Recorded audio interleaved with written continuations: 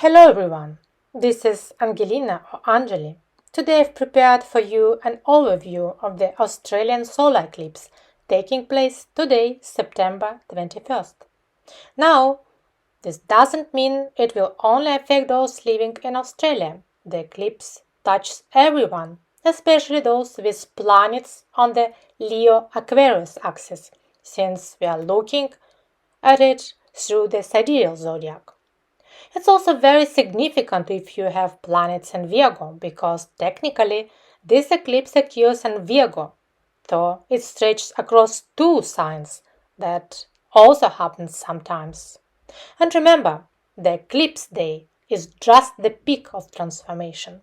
The energy begins to be felt 3 months before and continues for 3 months after. If this information is valuable for you, please don't forget to like and subscribe to my channel. And now let's begin. On September 21st, with the peak at 90:41:59 UTC or 21:41:59 Frankfurt time, we'll experience a solar eclipse across the Leo-Aquarius axis in the sidereal zodiac. The key player here is Ketu in Leo, in the Venusian nakshatra Uttara-Phalguni, third pada, which falls into Aquarius Navamsha, ruled by Saturn. The key word here is service, philanthropy, using intelligence for the collective good, for society as a whole. Virgo itself, being the sixth house, also strongly emphasizes the theme of service. The ruler of Uttara-Phalguni is the Sun. This nakshatra channels solar energy into organizing the processes of the material world, into fulfilling the soul's purpose, goals set before incarnation, which ultimately serve and benefit others. Humanity cannot thrive without benefactors, just as life on earth cannot exist without sunlight. When the sun, the light of consciousness, the eye, is eclipsed, we temporarily lose our inner compass, clear vision, and confidence in our right to shine. On the external level, this often manifests as a system glitch. Leaders, authorities, father figures, and institutions go through crisis. With the sun as fifth lord in the sixth, there is a sense that creativity and ideas don't bring victory, and energy is consumed by routine, conflicts, and survival struggles. When the sun is darkened in Uttara-Phalguni, it becomes unclear how to make agreements, what commitments to take on, or how to sustain partnerships. Everything feels uncertain, as if others are hiding something or trying to take advantage of your goodwill. This is amplified by Ketu's closeness to Venus, the celestial diplomat, creating distrust, inflexibility, and painful reassessment in matters of love, relationships, and creativity. We also see an exchange of nakshatras between Ketu and Venus. Venus is in Ketu's Makha, enjoying the royal, aristocratic atmosphere, but also inclined to cut ties sharply. Being in the third pada, Gemini Navamsha, Venus increases communication and mental activity, especially around heritage, ancestry, and collective support. Now, what about Mercury, a ruler of the eclipse? Ideally, Mercury should help us navigate this period with reason and analysis, reorganizing life, finding practical solutions. But since he's only 7 degrees away from the eclipse, his clarity is overshadowed. Mercury is in Hasta Nakshatra, where he is exalted, the star of inventors and skilled hands.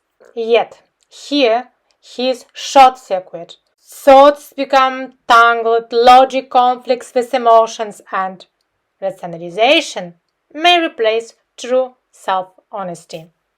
Placed in the first pada of Hasta, Aries Navamsha, Mercury adds sharpness and directness. even surgical precision, situations can be cut open, for better or worse.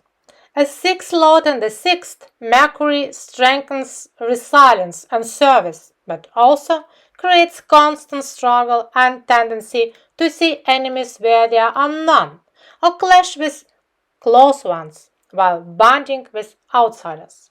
In short, the eclipse through Mercury pushes us to rethink mental patterns, filter speech, and direct energy into constructive work, projects, or self-development. A major influence comes from Saturn in Uttara-Bhadrapada. This nakshatra relates to deep endurance, patience, and acceptance of the inevitable. Saturn acts as a teacher of maturity, teaching how to find meaning and limits, to use them as resources, and to overcome loneliness through awareness. Saturn, being seventh from the eclipse, emphasizes relationships, how to face the partner, compromise, sacrifice some personal ambition for harmony. His seven aspect tests partnerships for responsibility, seeing the partner as a karmic mirror, demanding honesty, clarity, and long-term commitment. In the first pada, Leo Navamsha, Saturn highlights social recognition, reputation, and building respectable bonds. Through honesty and steady values, partnerships can elevate one's status and charisma.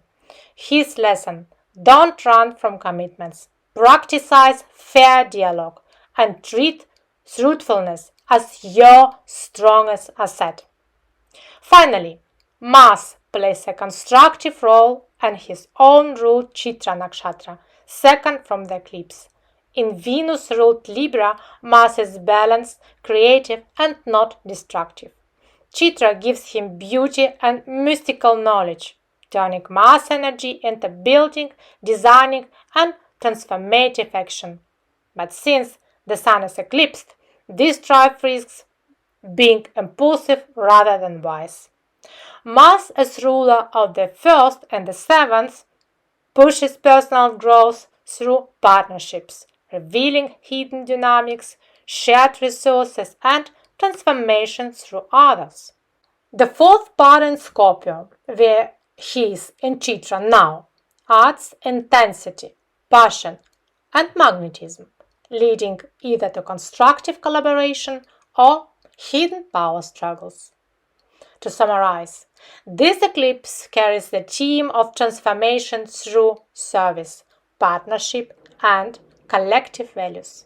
It exposes illusions in relationships and shows where we deceive ourselves for comfort. Though clarity may feel lost, honesty, compromise, and readiness to serve the greater good will guide us constructively. Key tasks to embrace: maintain clarity through discipline and honesty. Release illusions and superficial attachments. See your partner as a mirror for personal growth. Direct energy into creative, constructive, and collective projects. Every eclipse is a point of reset. This one calls for courage to transform, let go of the unnecessary, and find new direction in collaboration and service to society. That's all for today. Don't forget to like this video, and may this eclipse bring you conscious transformation and divine blessings.